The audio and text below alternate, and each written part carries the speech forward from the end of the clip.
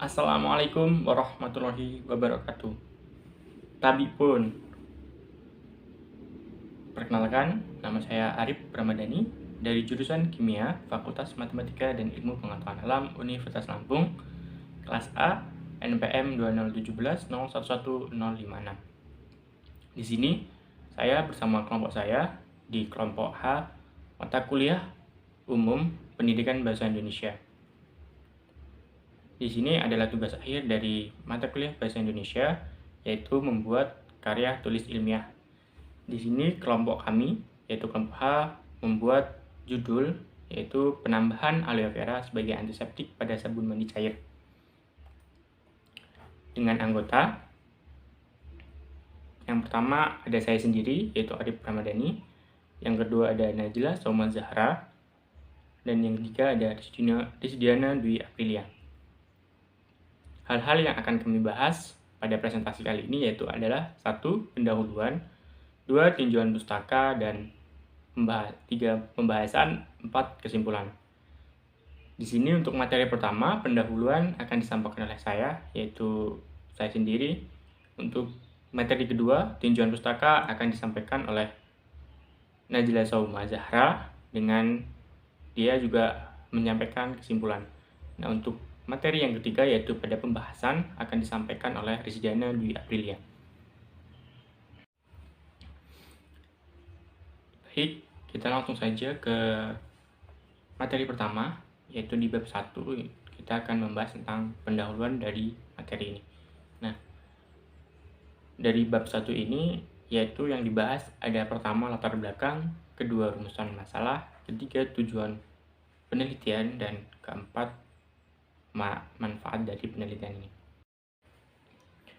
Baik, pada bab pertama ini atau bab 1 pendahuluan, hal yang pertama kami bahas adalah latar belakang. Hal yang melatar belakangi karya tulis ilmiah kami yaitu pertama, kekhawatiran kami terhadap virus corona ini yang dimana kian hari kian makin meningkat. Nah, dari itu perlunya ada satu bahan yang dapat mengontrol ataupun meredam dari penyebaran virus corona ini. Kita ketahui bersama bahwasanya virus corona itu akan hancur apabila ada bahan yang mampu menghancurkannya seperti sabun. Nah, dari itu kami ingin menghasilkan suatu sabun yang tentunya dapat meredam ataupun menghentikan penyebaran dari virus corona. Walaupun tidak bisa menghentikan, setidaknya kami bisa membuat sabun yang mampu menekan lajur dari peningkatan virus corona ini. Nah, mengingat bahwasanya sabun yang beredar di pasaran masih menggunakan antiseptik yang berbahan dasar kimia. Nah, ini tentunya akan berbahaya bila terus-menerus digunakan di dalam lingkungan hidup kita. Nah, maka dari itu penelitian kami ataupun karya tulis ilmiah kami ingin memberikan pembaharuan, menciptakan suatu sabun yang ramah lingkungan tentunya dengan penambahan dari ekstrak aloe vera itu sendiri, di mana kita ketahui bersama pada aloe vera terdapat bahan-bahan aktif seperti flavonoid, saponin, dan flavonoid dan tanin yang bisa digunakan untuk antiseptik pada sabun yang tentunya bila sabun ini jadi nanti bisa lebih ramah lingkungan terhadap lingkungan kita. Untuk yang kedua yaitu ada rumusan masalah. Adapun rumusan masalah yang kami dalami pada penelitian kali ini adalah yang pertama, bagaimana pembuatan sabun cair antiseptik dengan penambahan lidah buaya aloe vera dengan kemampuan antiseptik yang tinggi. Yang kedua, bagaimana pengaruh penambahan lidah buaya terhadap karakteristik dari sabun cair itu sendiri. Yang ketiga, yaitu pada konsentrasi berapa lidah buaya ini dapat menghasilkan kualitas sabun cair yang baik. Untuk tujuan penelitian ini yaitu berdasarkan dari latar belakang dan tujuan dan rumusan masalah yang ada di atas, kami membawa tujuan bahwasanya satu, menghasilkan sabun cair antiseptik dengan penambahan lidah buaya aloe vera dengan kemampuan antiseptik yang tinggi. Yang kedua, mengetahui pengaruh penambahan lidah buaya aloe vera terhadap karakteristik sabun cair. Yang ketiga, mengetahui konsentrasi lidah buaya aloe vera yang terbaik untuk menghasilkan kualitas sabun cair yang baik.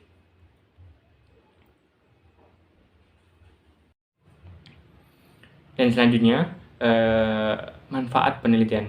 Manfaat yang kami harapkan dari penelitian ini yang pertama yaitu dapat memberikan informasi terkait pentingnya penggunaan antiseptik tinggi pada kehidupan sehari-hari. Kita ketahui bersama bahwasannya di masa pandemi ini adalah masa-masa krusial bagi kita, di mana antiseptik sangat dibutuhkan dan sangat diperlukan bagi kehidupan kita untuk menangkal kita dari penyebaran atau infeksi dari virus corona ini sendiri. Nah, yang kedua, kami ingin memberikan pemahaman terhadap bahan yang terkandung dalam sabun antiseptik. Bahwasanya pentingnya sabun antiseptik, bahan-bahan yang ada sabun antiseptik yang penting, yang harus kita ketahui, yang bisa kita gunakan nanti dalam pemilihan sabun antiseptik yang bisa kita gunakan untuk menangkal dari infeksi ataupun penyebaran dari virus corona itu sendiri. Lidah buaya atau aloe vera merupakan tanaman hias yang banyak digunakan sebagai bahan untuk obat-obatan dan kosmetik. Aloe vera mempunyai beberapa fungsi, diantaranya dijadikan antiseptik. Hal ini disebabkan karena aloe vera mengandung saponin, flavonoid, polifenol, serta tanin yang mempunyai kemampuan untuk membersihkan dan bersifat antiseptik, serta dapat menghaluskan dan melembabkan kulit karena mengandung lignin atau selulosa yang mampu menembus dan meresap ke dalam kulit serta menahan hilangnya cairan tubuh dari permukaan kulit, sehingga kulit tidak cepat kering dan terjaga kelembapannya. Lidah buaya sebagian besar mengandung air sekitar 99,51% per 100 gramnya. Sisanya mengandung bahan aktif seperti minyak esensial, asam amino, mineral, vitamin, enzim, dan glikoprotein. Sabun merupakan pembersih yang dibuat dengan reaksi kimia antara kalium atau natrium dengan asam lemak dari minyak nabati atau lemak hewani. Molekul sabun terdiri atas rantai seperti hidrokarbon yang panjang. Hidrokarbon tersebut terdiri atas atom karbon dengan gugus yang sangat polar atau ionik pada satu ujungnya. Rantai karbon bersifat lipofilik atau terlarut dalam lemak dan minyak, dan ujung polar yang hidrofilik atau terlarut dalam air. Sifat menonjol lain dari larutan sabun ialah tegangan permukaan yang sangat rendah yang menjadikan larutan sabun memiliki daya pembersihan yang lebih baik dibandingkan air saja. Maka, sabun termasuk golongan zat yang disebut surfaktan. Kerja permukaan dari larutan sabun memungkinkannya untuk melepas kotoran, lemak, dan partikel minyak dari permukaan yang sedang dibersihkan dan mengemulsikannya sehingga kotoran itu tercuci bersama air. Saya di sini akan menjelaskan yaitu tentang pembahasan alat dan bahan.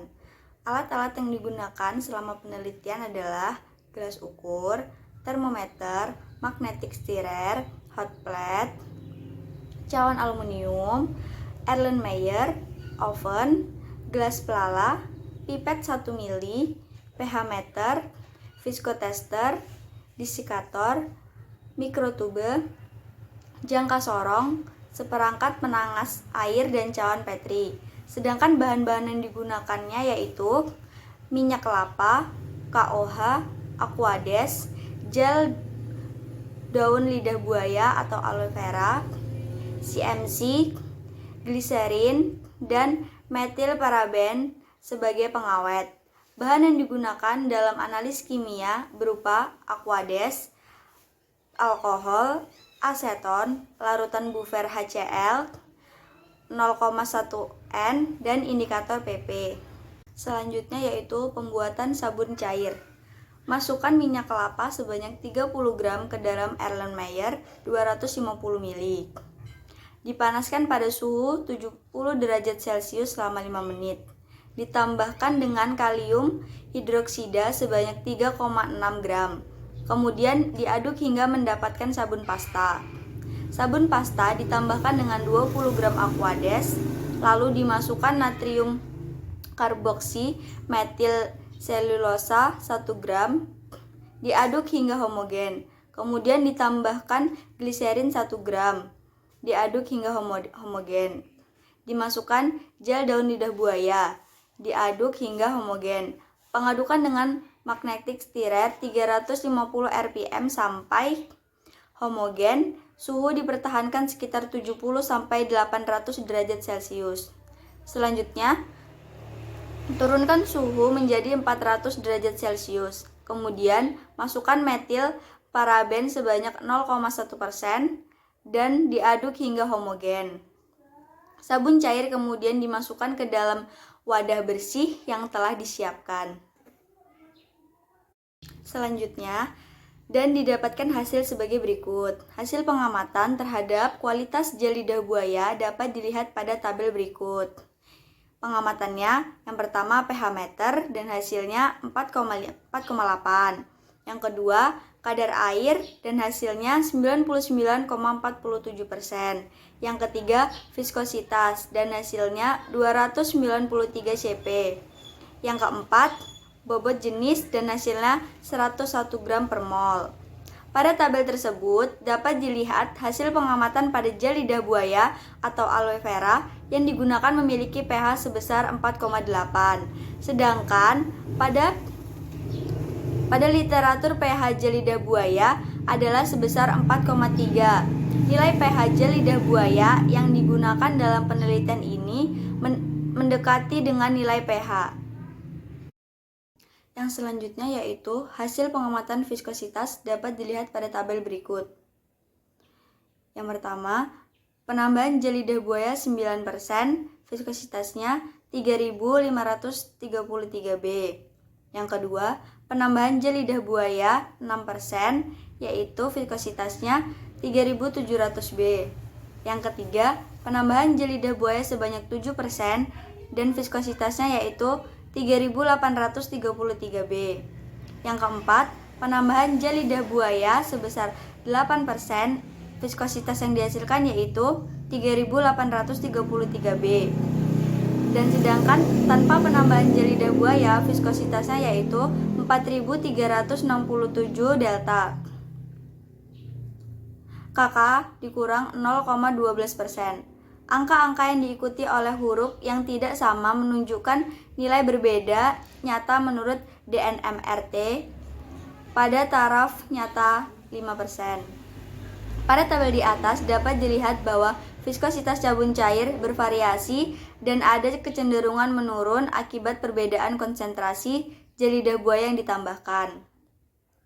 Viskositas tertinggi yaitu pada sabun cair tanpa penambahan gel lidah buaya sebesar 4367 cp. Dan viskositas terendah pada sabun cair dengan konsentrasi gel lidah buaya sebesar 9% yaitu sebesar 3533 cp. Viskositas sabun cair ikut berpengaruh terhadap penerimaan konsumen terhadap sabun cair. Selain itu, nilai viskositas yang tinggi akan mengurangi frekuensi tumbukan antara partikel di dalam sabun sehingga sedia lebih stabil. Yang selanjutnya yaitu hasil pengamatan uji iritasi dapat dilihat pada tabel berikut. Perlakuannya yang pertama, tanpa penambahan gel lidah buaya, nilai iritasnya 0. Yang kedua, penambahan gel lidah buaya sebanyak 6%, nilai iritasinya 0. Yang ketiga, penambahan gel lidah buaya sebanyak 7%, nilai iritasinya 0. Yang keempat, penambahan gel lidah buaya sebanyak 8%, nilai iritasinya 0. Yang kelima, penambahan gel lidah buaya sebanyak 9% dan nilai iritasinya 0. KK dikurang 0%.